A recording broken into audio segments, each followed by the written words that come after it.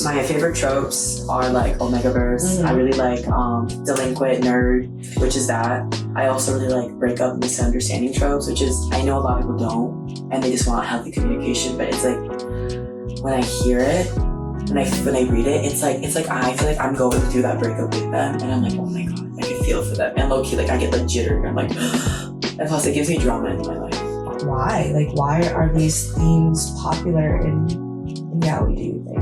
I don't know. I feel like it's like with any type of media. I feel like there are certain themes that do well, and I guess are popular at a time, like tropes. You know, because I know right now with the yaois that I'm reading, a lot of the tropes right now are like, I've been reading a lot of like debt tropes where it's like rich guy, poor guy, like rich guy meets poor dude. They go through a lot. There's debt.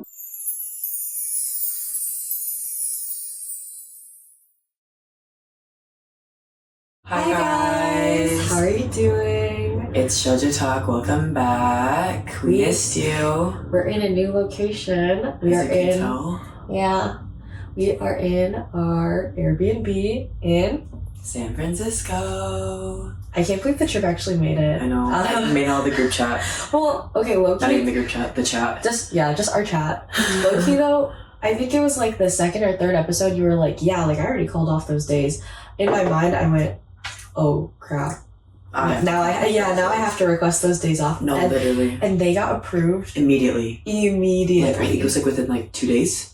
Less than that. Like a day or something. They got approved so fast, and when I saw that I was like, I guess we gotta book our ticket. So we're here in San Francisco. If our voices sound chopped, mind your business. Yeah. We were out till like 5 a.m. And it was our first night, and we were dumb and stupid and did not realize that it's St. Patty's weekend. Well, when we drop the episode, it won't be, but we're recording, so it's St. Patty's weekend. Yeah. And we're from Chicago, so if you guys know, St. Patty's in Chicago is like huge. Right. And so we tried to see like, oh my god, I sound horrible. Like, we tried to see the bar scene last night, and then a lot of things happened. We went to San Francisco. We went to the Golden Gate Bridge. Yeah. We saw the bridge late at night. We went to a karaoke bar. Yeah. Met these two random guys who just took us around and paid for everything, and is taking us to Din Tai Fung today. I know, we get to try Din Tai Fung today. Yeah. So we're very excited. Yes. But anyway, we promised, so we will deliver. This is going to be our 2-part Yaoi series, but low-key Bella is going to be carrying on this one, because I did read Yaoi as a kid, but I feel like I was more flustered by yaoi. Yeah, it like easily flustered me. So I think I mentioned in an episode, like I couldn't read it like all the time. I would have to take breaks, and I don't really remember the ones that I read as a kid. Yeah, so. I've read a lot growing up, like a lot. I feel like a lot, but there's only like a few that have like really stuck with me and that I still read today. And honestly, like when I read yaoi, sometimes I just shut my brain off. I just shut it off. It's just like a form of media for me to consume, and Absolutely. It just lets me like not live in the moment, but like lets me escape. It's the escapism, you know. And I think that's a lot of why. I think that's like a big reason why like a lot of girls and women read yaoi, you know. Right. And they get to put themselves in like a different environment. And also, like in my opinion, a lot of the yaois that I have read growing up were created by women, and most of the authors were women. So like it almost felt like, wow, like like it's catered towards women. Yeah, it should be. But I can, I think if you guys are on TikTok, you know like the discourse right now on yaoi. But this is just like a fun little light episode. But I do want to put a disclaimer though. These yaois that I'm talking about 3 specific ones that I really liked growing up, and they're older. I think all 3 of them came out in like early 2000s, barely mid 2000s. Yeah. And so disclaimer, some of them do have just explicit things, it's just very explicit nature, and there are some dark concepts, and if you aren't okay with that, and specifically like, I don't know if I can say it, like blackmail, there's blackmail, and there's like a few, like just on like dark concepts, and if you aren't uncomfortable with that, if you are uncomfortable, if you are uncomfortable with that and you don't want to read it, then yeah, if you just want to listen to what I read growing up as a kid, and disclaimer for me to you guys is that I didn't understand these concepts growing up. I just thought it was like a story, but then as I grew older, when I reread them, I acknowledged that there was a time where media back then, or a lot of like comics and mangas and stuff, did show explicit, just dark themes. Yeah, mature and like things that are not okay. Obviously, they never were okay. Yeah. Back then, they're not okay now. But when you're younger, you just kind of don't realize how and like you don't understand like exactly what the theme is, because like honestly, like my biggest memory of like what kind of like intrigued me about yaoi was just like the intensity of it. Like I think I think like dynamics between like the characters were very intense is all I can say, and I, being a child, like did not understand. No, you don't really do. Yeah. But they're just like, wow, like really cool pictures, Yeah. But then you're like, why are you very intense, for sure. That's like all I can say. Yeah. So. But that's just like the disclaimer. So I don't want you guys thinking that like I'm giving this out and I like like in no way are we supporting or like, condoning it. Yeah, or condoning the themes. Yes. So that's why I just want to give a disclaimer. So now the disclaimer's out, I just wanted to kind of go over how I got into it, just like a really cute, quick gloss over, and then just like my 3 favorite recommendations that if you want to get into yaoi that are lighter, they're older, like you can kind of see like, at least in my opinion, I think they're really. I enjoyed them growing up as a kid, and I feel like they're very popular yaois. I think in the fujoshi, like in the yaoi and like fujoshi community, I think they are very well known. But if you guys don't know them, of course, check them out if you want to. If you don't, it's fine. But so. Like I said, in one of our first few episodes, I got into yaoi at like 14, and I honestly backdate that. I backtrack. I got into it way younger. I was looking through all of like my like list, and I actually got into it when I was like 8, 9, 10, like right around that, like 8, 9, 10. So way earlier, but it didn't stick with me until I was 14. So I didn't like remember, nor did I like realize I was reading stuff like that. Also, we do have like that clip on our TikTok page, like of you saying like, oh, I got into yaoi at 14 years old, and it was uncensored, and the amount of like comments, like of people being like, oh, like 14 was light work. I discovered it at 6, 7. Yeah. I'm like, I feel better that it's like more of a universal experience. Yeah. But wow, 6 is crazy. I know. Like, did you even know how to read? No, that's insane. But okay, that's actually insane. But oh crap. So my first but yeah, I got into it around I was like 8, 9, 10. So the first one I ever read, I can't find it. I cannot find it. It's been almost a year since I read it, and it's like in the back of my mind. Okay, if you guys know it, please drop it in the comments below. Okay, it's about this like freelance photographer / news reporter, and he's doing like an undercover bit. Okay. Like an undercover story about I think it's like something, but he gets caught up in like the dark underworld of Japan, and he meets this like really really rich CEO, but in the front he's like he's a CEO. I think he's like for transportation or something. Okay. But he also sells at the black market. He sells and they're illegal in Japan, and they've always been illegal. So like he's like really big, and I think he's part of the mafia or yakuza, something like that, something in that realm. But Asami, his name is Asami, and I can't remember the other dude's name, but it starts with a T. But if you guys know what I'm talking about, please drop it down below. I've been looking for it for like months. Hopefully we find it before the episode releases, so we can give you the title. But right? Okay. This sounds interesting so far. Yeah. So the second one that I read growing up, like the second one that I really got into, which did have a few themes that just disclaimer-wise again, is Hidoku Shinade. Yeah. So basically it starts off with two high school boys. Okay. One really smart boy, and stereotypical, he has like a bowl cut, glasses, really tiny. Like really, top of the class? Yeah, you could say that, but he's just like, you could say that. No, not top of the class, but like just nerdy. Smart. Yeah, nerdy, okay. Smart. And then there's another boy, his name is Maya. Uh-huh. Crazy. And he's tall, he's very handsome, comes from a very affluent family. Okay. Has blonde hair, is a delinquent, and Ooh. is struggling in classes. So but like the two worlds collide. not even. Opposites attract? Blackmailing. Oh. So basically what happens is the uke, which, is term for the bottom, and then seme is the, term for top, as I think everyone knows. But I can't remember his name.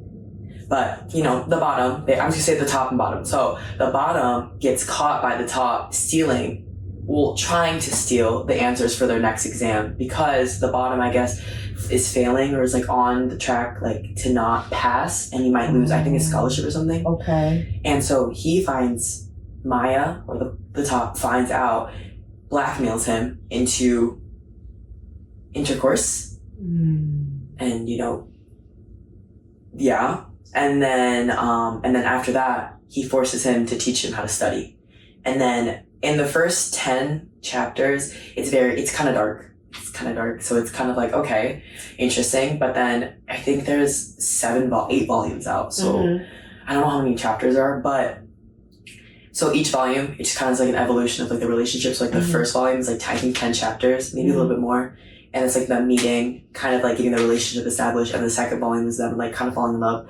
I think they actually start liking each other in the first volume. I'm such a liar. They start liking each other in the first volume, and then they start kind of dating, and then like they go through high school together, and then now they're in college and going through college. Now they're trying to find like, jobs, but it's just like their progression from how they met, from the blackmailing incident, to how they are lovey-dovey, like a very lovey-dovey couple. But in the manga, the top does address what happened and how they met, and he explained, apologized profusely, and then I'm pretty sure the author put out a statement too. That blackmailing is not okay. Yeah. But it was like, but in a lot of yaois, which I've noticed, they gloss over, like if there is like blackmailing, forced unconsensual, acts, they just kind of gloss over and they don't acknowledge it. But in this one that I'm recommending, or I'm pretty sure everyone's read it, they do acknowledge it, and they do apologize, and they do like move on from it. That's good.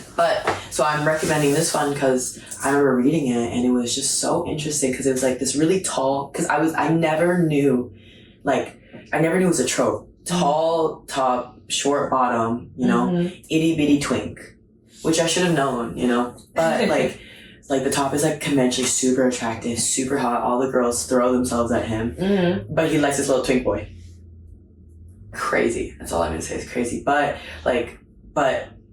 the top is like super affectionate, wants to be with the man, wants to be with his boyfriend, wants like the world to know that like, I love you. But then the bottom is like, no, like I don't want that. I don't want it. But then, when they're like alone and stuff like that, when it gets frisky, he gets all lovey-dovey, and then he's like, dang, like, he's like, you're not like this ever. But that's like in the beginning. And then now as they're adults, because I've been reading them since, oh my God, I've been reading them since I was like, 9? Now I'm 24. Wow. Isn't that crazy? But we don't really get that many chapters often. But yeah. What's like, I'm trying to think. One part of the manga that did stand out to me like a lot, like really well, was, so I have tropes that I really like. I don't know if you are like that. I like Omegaverse. I also like Can you explain Omegaverse? Oh yeah, so this is, I actually don't understand. So Omegaverse is like it's like an alternate universe other than ours, which like it functions as like as our society works. It's basically the same thing, but they have a hierarchy. You know how like we have like we have like the lower middle class, upper middle class, like high class, and we have like the 1%. The elites, yeah. Yeah, basically. So think of it kind of like that. So Omegaverse is, there's alphas, betas, omegas. Alphas are like the top 1%. Okay. They're like the most sought out after they're called genders, like they're secondary gender, if that makes sense. Okay. So it's like the alpha is like, I think they're usually like in mangas, usually they're like the top 1%. And like they're very sought out for, and most of the times they're very rich, very affluent families, very just handsome, tall. Very good looking, And then betas are like the regular straight people like us, like they don't have any second gender, they're just like normal. They're just like normal human beings. And then omegas they're regardless of gender, it could be male or female, and they're also, I think, there's fewer of them because beta's like the biggest population, but omegas are kind of like alphas, where it's like only like a few, like a very small percentage of it, but they can get pregnant, male or female, and they can get pregnant by, and they have pheromones. Yeah, I forgot the word. They have pheromones. Betas don't have pheromones because they're regular people. Alphas have pheromones. and those pheromones allow them to like, entice people, attract. Yeah, it's almost kind of like a mating dance, And then omegas also have pheromones too, which also allows them to attract alphas, because omegas, their bodies, which is crazy, their bodies are designed to get impregnated by alphas. This is crazy. Isn't that crazy? But then there's even more. There's dominant alpha. There's dominant gene alphas, and there's recessive, and then there's like recessive gene omegas where like they don't really have that much pheromones, and they can honestly pass as betas. There's a lot of stories like that. They're really good. Wow. This is like going on topic, but what was I saying there? Oh, your favorite tropes. My favorite tropes are like omegaverse. Mm-hmm. I really like delinquent nerd, which is that. I also really like breakup misunderstanding tropes, which is, I know a lot of people don't, and they just want healthy communication, but it's like, when I hear it, when I read it, it's like I feel like I'm going through that breakup with them, and I'm like, oh my god, I can feel for them, and low key, like I get like jittery. I'm like, and plus it gives me drama in my life because I don't have any drama. So yeah, I can see why you would like that trope, honestly. Which is very debatable. I don't think a lot of people like that kind of trope. I think we talked about this in our last episode about like toxic relationships or not. Like, it's kind of nice to like see it from like a third party perspective, but you're not in it. But obviously, like, we wouldn't want these type of relationships. Oh God, no. Like for ourselves, and I think like being able to analyze it and like understand why it's not okay, or like what could have been done better is like good for your own life. Basically. Sorry, not to be like analytical about yaoi and I know, regular mangas. No, literally, I'm so sorry that I'm like so low energy. I'm just so exhausted, and my period's coming, which is just, I know, I've just been dying. My period is late, very late. It's okay. Very late. We're not gonna think about that. We're gonna have Din Tai Fung and have fun. Oh, another trope that I really like. I might be the Virgin Mary. My favorite trope, if you guys have read Wet Sand, oh my god. Teju, so Wet Sand, I'm gonna go off that. Wet Sand is, I didn't know about this yaoi for a while, but it's basically about like this guy who's like a gangster, works in like the mob kind of, but I think he's like, yeah, no, he's not Yakuza, but like something like that. Something similar. And there's this like server who, when he takes out the trash, he sees this really, really handsome guy smoking. And he sees he's like, wow, he's so gorgeous, right? But and then from that interaction, from like that beginning, they kind of go through this huge journey of like meeting each other, falling in love, going through like the world of the underground, like and just like debt world. Like there's a lot of debt, there's a lot of drugs, it's very, what's the word called?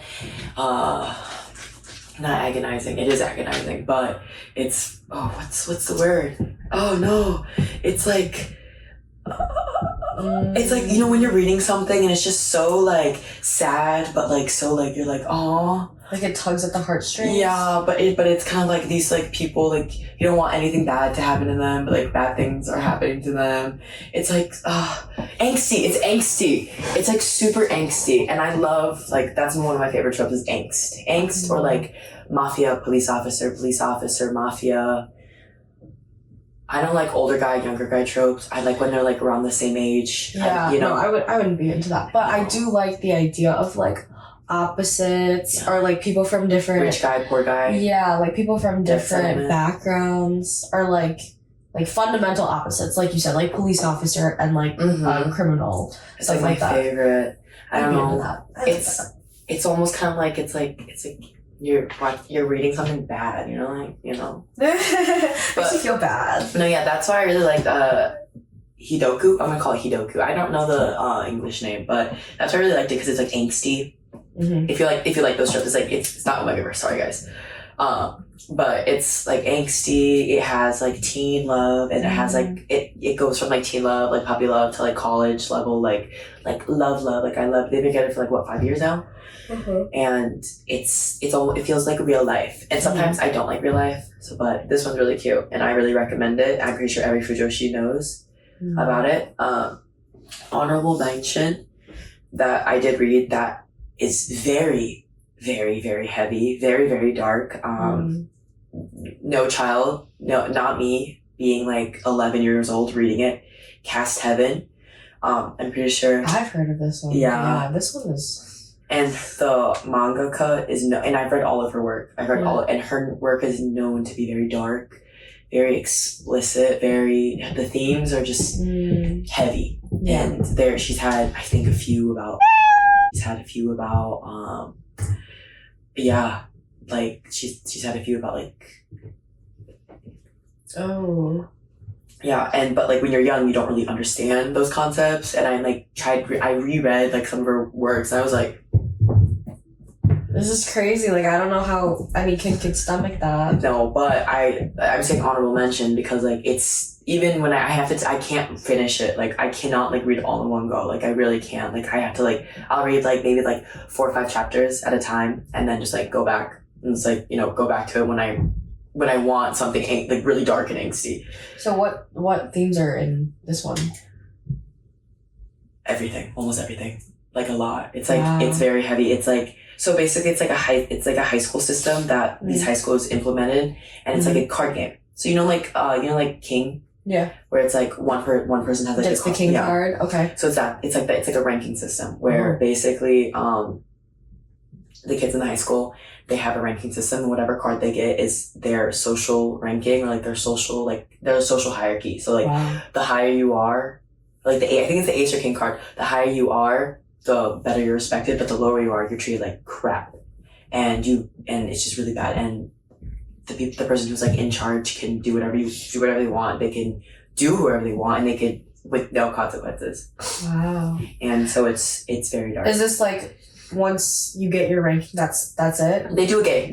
Like I think I can't remember specifically, but I think they do it like almost every few months, where they like or like every year. I think it's like a yearly thing or something like that. But I'm pretty sure. It's been a minute since I've read it, but I'm pretty sure if you steal their card, it means you become them. But it's hard to because like there are people protecting the king.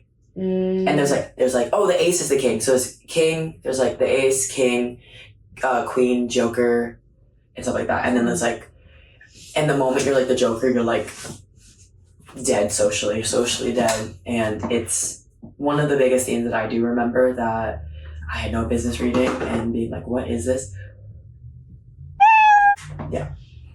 Yeah, and unconsensual, acts of, and violence, and there was low-key in chapter.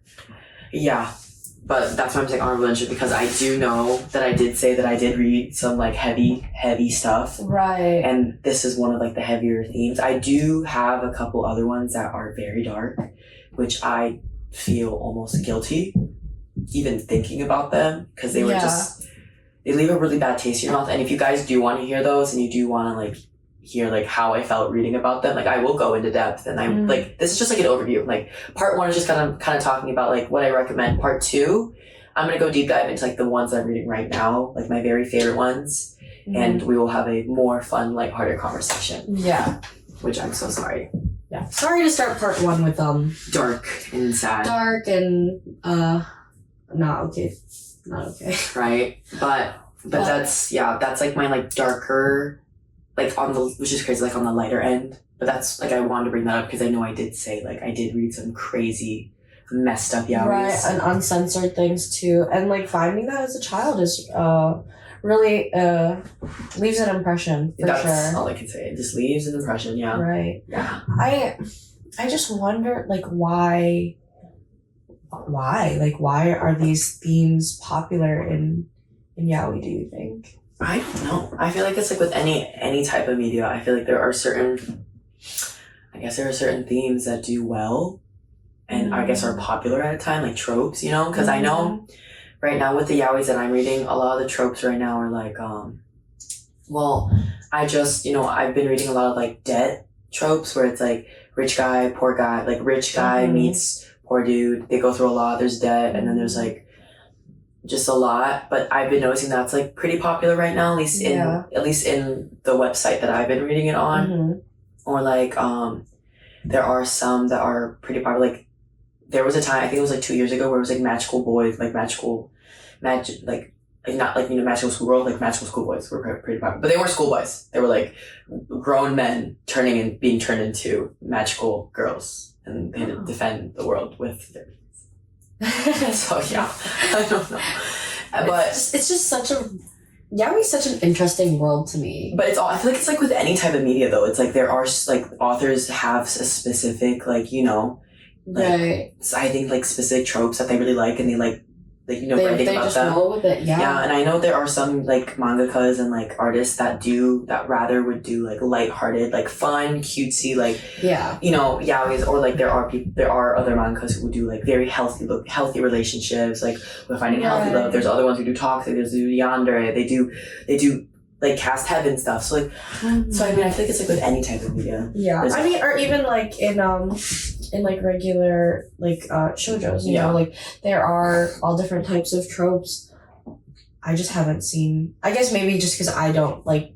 I don't think I ever had like a deep dive into like what darker themes or like what the darkest themes I could have found in any of these like genres, but I just it's mind boggling to me, and I don't know. I don't want to glorify. No, absolutely not. That's why I just wanted, like, that's why we wanted to, like, talk about, I feel like when you're a child and you find this like, any sort of media that is very, you know, dark and has very, very just angsty and just not child appropriate themes, it really does, I think, mess you up, and you become so desensitized to anything. And so now that I read yaoi, that I've been so desensitized to almost everything and anything, it's just, that's why I shut my brain off. Like there's like, I'm like, it's just like I'm like consuming the media. You know what I mean? Right, and like detaching from like the meaning almost. Yeah, but I know like there are a lot of people who haven't read yaoi, when they do read it, they're like, it's like they have a visceral reaction. I'm sure it's like a big like cultural shock. No, because they're like, what do you mean? Like, why are you okay reading about this? Like X, Y, and Z. That's insane. You know what I mean?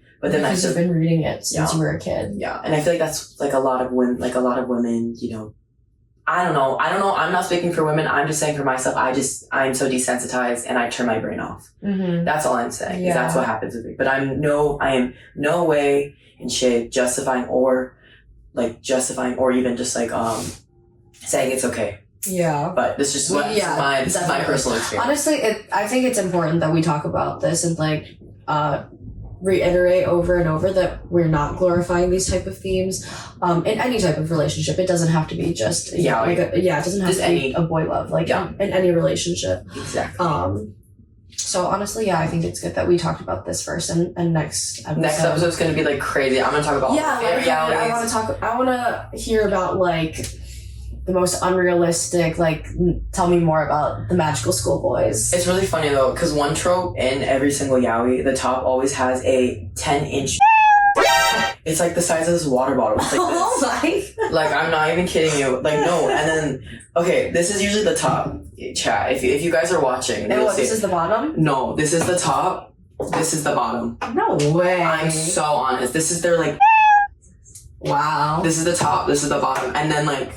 But then the top will be crazy. Like the bottom, like it's just so insane to me, because I'm like I would never want that in me. That's actually insane. No. Or like it's also that thick too, that thick, that big. They got some big shoulders. They're like. Honestly, the dynamic is so. And then the twigs are like. Yeah, like the very stereotypical. Super tiny, super, just itty bitty waist, just super itty bitty. That's like half, like, no, I'm being so honest. They're like, the tops, like, it's like the size of like the bottom's like waist. Like this, like the length of it is actually insane. On more of a lighthearted note of another yaoi that I really liked, there's by the same, they're by the same artist. First one is Junju Romantica. It's the first yaoi I actually ever watched. Okay. Yeah, it was on YouTube, and then they took it off of YouTube and they put it back on. And then by the same artist, it's Seikichi Hatsukoi. So Junju Romantica. Is this the one that you would watch on YouTube with your sister? No, that was Love Game.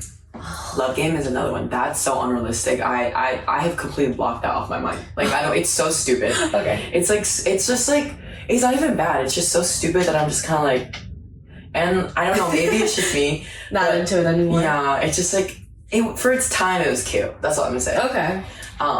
So Junju Romantica, is about this really successful author who I don't think he writes out like he just writes. He's a really good author, and he has like he's world renowned, very good, very highly praised. And he has a best friend who is the bottom's older brother. And the bottom's older brother gets married. Ooh. And when the bottom's older brother gets married, it comes to light that the top loves the bottom's brother.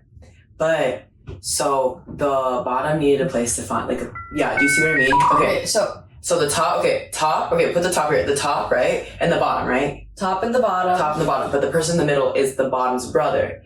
And the top and the bottom's brother have been friends since college for a while. And the top has always had feelings for the bottom's brother. Okay. And he was in love with the brother, but the brother had no idea.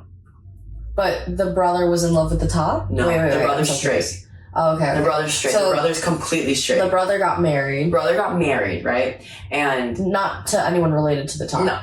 Okay. So that's where my face came from. I was like, wait, was it like two pairs of siblings? Absolutely. Okay. So then when the brother got married, the bottom was living, I think he was still living with them, but he needed a place to stay, and also like the top needed like, Loki just needed company. Mm-hmm. Also loves the brother, so it was gonna do him a favor regardless, and also just needed someone to do housework and clean and all that. And so it comes to light that the top loved the brother, the bottom's brother. Okay. But the bottom's brother and the bottom are nothing alike. They kind of the brother's really tall, bottom's short. Freaking course he's short. He's younger too because, he's the little brother. Yeah. So they live together, the bottom and top, they live together, and the top starts developing feelings, but the bottom has like animosity towards him because he's kind of like, well, didn't you love my brother? And when he found that out, he's like, you loved my brother. Like, I'm the replacement. And mind you, this happens in the first episode.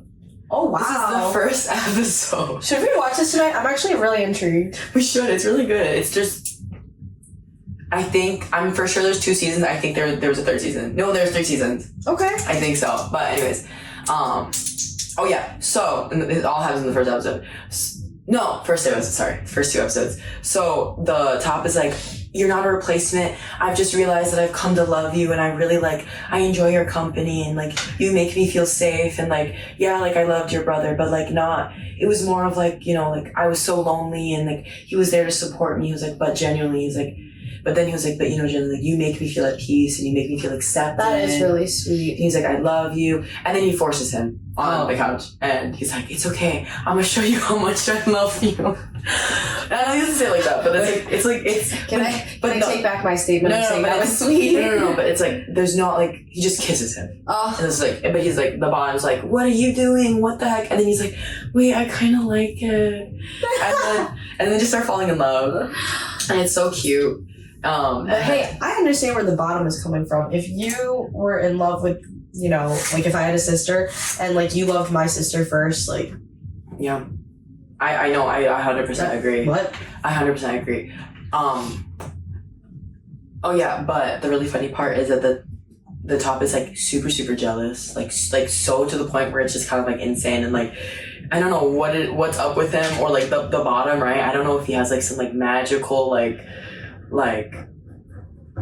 yaoi air or something. But like men who like yaoi air. Yeah, like he just like starts like, people like men will come up to him, not come up to, but like he had multiple love rivals, the top. And wow. And it got to the point where like I thought they were gonna get toxic, and low-key they were toxic for an episode, and they have healthy communication styles enough in a yaoi universe. In a yaoi universe they have, at least in my opinion.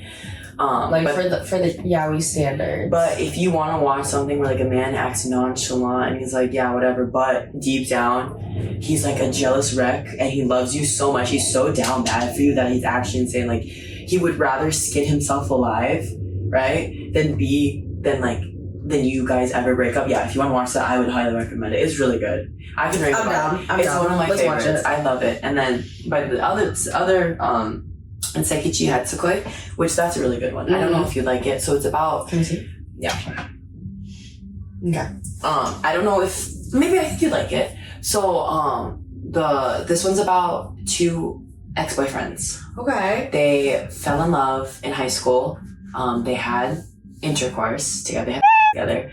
And then I'm pretty sure there was like, but after they had, you know, sex, there was a huge misunderstanding, like the biggest misunderstanding you can know in a man. The bottom runs away, never contacts him again, blocks him, and then it's like years later. I think they're like, Do they like find each other somewhere in public or? No, actually. So it's a workplace romance. Whoa. So actually, I think they're either in their late, I think the bottom and the top are in their late 20s, I'm pretty sure. Or mid-20s, late 20s. Right around there. I don't think they're in their 30s. Correct me if I'm wrong. It's been a minute since I've seen it. But yeah. So the bottom's dad, I'm pretty like the bottom's dad is like a really good author and like has like he works with authors. He has like his own like what is it called, like publishing company that works with authors and like does manuscripts and stuff. Okay. And it was like the bottom's like dream to do that and take over the company. But the dad was like, nah, like you need more experience. So he sends him to the manga section for publishing. And it's cutthroat and it's crazy. But so when he walks in, lo and behold, guess who's there? His ex-boyfriend that, you know, that he ran away from. Yeah. Wow. And the misunderstanding was actually insane. It was built up. It was literally because the top said one thing and the bottom took it out of context. Well, what was the... I can't remember. That's the thing. Oh, shoot. I wouldn't want you to spoil it. Yeah, no, I can't remember, but it was so insane to the point I was like, oh my goodness. Yeah, but so they meet again, but the bottom doesn't realize it's the top. Like he doesn't realize. Oh, they don't realize at first? No, because the top went by another name. Like he took his mom's maiden name because his parents divorced. Oh, I see. So yeah, so he had a different name. Like he had his original name, like the name that the bottom knew him as was with his dad's name, but he took his mom's maiden name. So funny when that happens, right? Right. And so what's it called? He didn't realize it was him. At the end of it, and I think it's like towards like the end of episode 1, he's like, so you don't even remember me? And like he like doesn't push him down, but he like kind of like shoves him down on the couch, not shove, just like gently pushes him down on the couch and it's like, you don't remember me, like da da da. And then he realizes it's his ex-boyfriend, and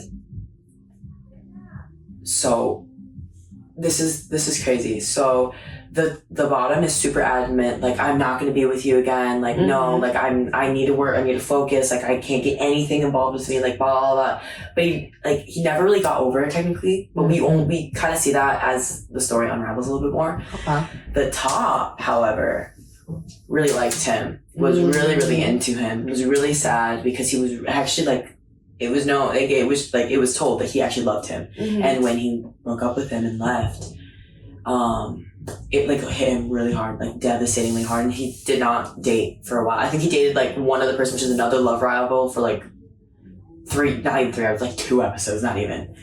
But he's like, no, he's like, no. So like reconnecting and realizing like they never got over each other. Basically, but the top knew that. Like the top was like he was like, because he knew. He didn't think he was ever gonna see the bottom again. So like that's the thing. So he was like, I'm never gonna see Onada again. So like it's over, it's whatever. But when he came in, it was like everything just like hit him, rushing back. Oh. Yeah, and so he started like wanting to. Like, he started caring for him again. Okay. And then as like the series progresses on, like it gets like deeper, and we get to know about the relationship and like what happened and like why everything kind of feels like why everything led to this huge misunderstanding. And then like they start falling in love again, and then Onada just, you know, the bottom. I like that concept, like being able to fall in love again. But it's like when I was younger, I was like, I thought it was annoying because he was like, I was like, he's so cute. I was like, take it. I was like, what the heck? But I mean, the bottom, like, his parents are homophobic.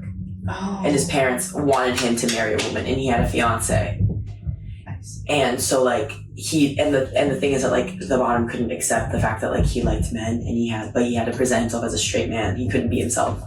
And in Asia, and as you know, like in Asia and like a lot of countries, like very conservative countries, being, you know, gay and like honestly openly gay is frowned upon, and being gay is very looked down on, and it's not normal. And I'm not saying that you being gay is not. It's just that's just a lot of Asian countries. That's their perception. Yeah, like it's not. A lot of like the older generation too, you know.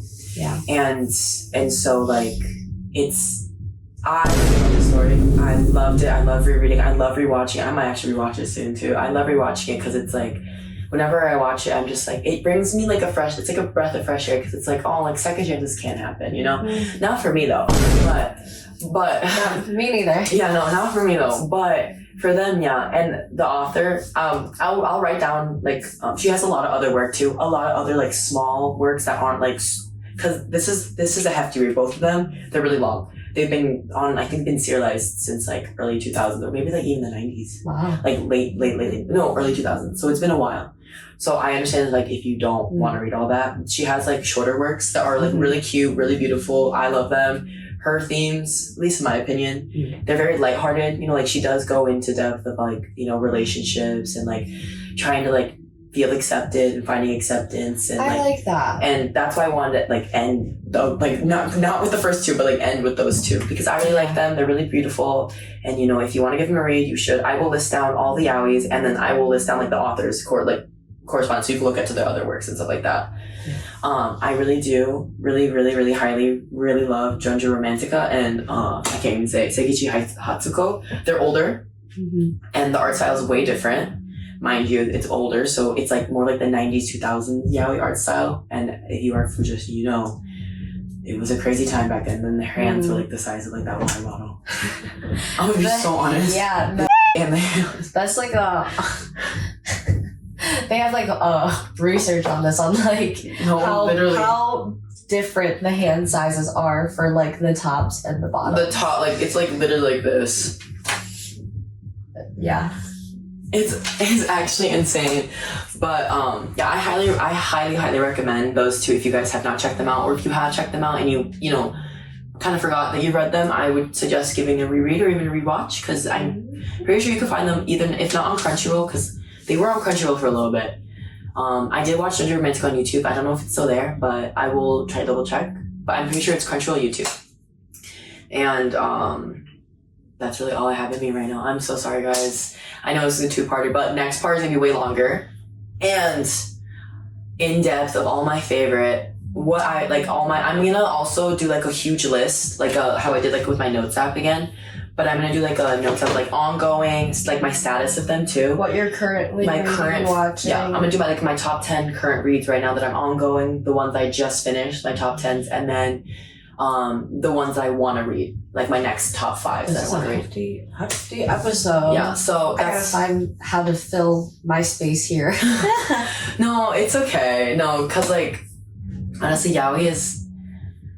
I feel like I needed a proper introduction, honestly, and Bella carries in terms of our yaoi content. So, like I said, like my discovery of it was at a very young age when it felt too intense for my liking, so it didn't really grow with me.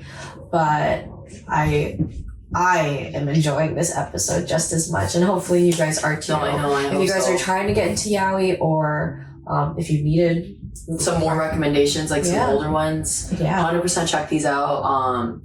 If you just want to understand like a little bit more about what yaoi is, like. No, for real. And also another thing is that just like a sneak peek for episode 2, all like my current reads right now are majority omega verses, so I will also go into depth. I'll go more in depth with like the Society of Omega verses, and I will help you understand. Thank you. It's like it's gotten to the point where it's becoming my For You page. It's actually insane. I'm gonna be so honest. My favorite, just like for a sneak peek for our next episode, my current favorite Omegaverse / debt yaoi / rich guy, poor guy / big top, small bottom, but I also love the tropes of a manly power bottom that's all in one, low tide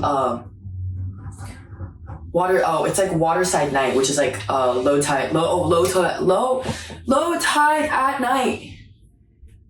You'll explain it next It's so good. I know. It's low tide at night. Everyone Fujoshis know this one. So you guys are gonna know what I'm talking about. I'm waiting for the side stories. That's all I'm gonna say. But yeah, so episode 2, that's what's gonna be happening.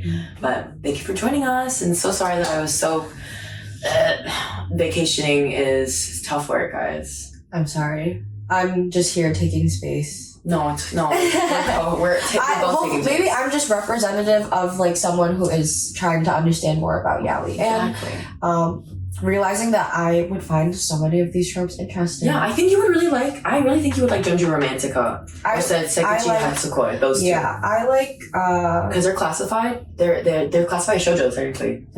Yeah. I think also types of like tropes that I want to see more of are like the miscommunication, but then like forms of like healthy communication. You know, I love reading any story like that. Yeah. So. Sometimes I don't. Sometimes I just want something like super angsty or something pretty, you know. Just turn my lights, want to turn my brain off. Cause like, I'll even go on about like my favorite Yuri recommendations, guys. I was into that too. Oh my god. I'm just a ball of just crazy. My crazy ball. Alright, well, thank you for joining us. We missed you. I know. It's been so sad not being able to record. I know, we're just sick, busy, not home right now. But we will still film regardless. Yeah. And if you've stayed for the end of the episode, tonight, since it's like St. Patty's weekend, we will try to vlog as much as we can and add like little snippets, on TikTok and like our Instagram and maybe like add like a little like mini vlog. We're gonna get this episode to our editor literally right now. Mm-hmm. I don't care what time we get home tonight, I will crank out editing with him. Yep. And I think the episode should be out by tomorrow, hopefully. If not tomorrow, Monday. Maybe we'll do, so right now it's Saturday. Mm-hmm. Maybe we'll try Monday and Friday. Yeah. Like Fridays, which is our normal, and then Monday. Yes. So most likely will come out Monday, and then like the second part of this, for this, will be out Friday. If you guys see this episode on Monday, 3 p.m. Central Time, we did our job. We did what we were supposed to. We'll be immensely hungover though. But thank you for joining us. Have a safe St. Patty's. Yes. Love you, Fujoshis. Bye.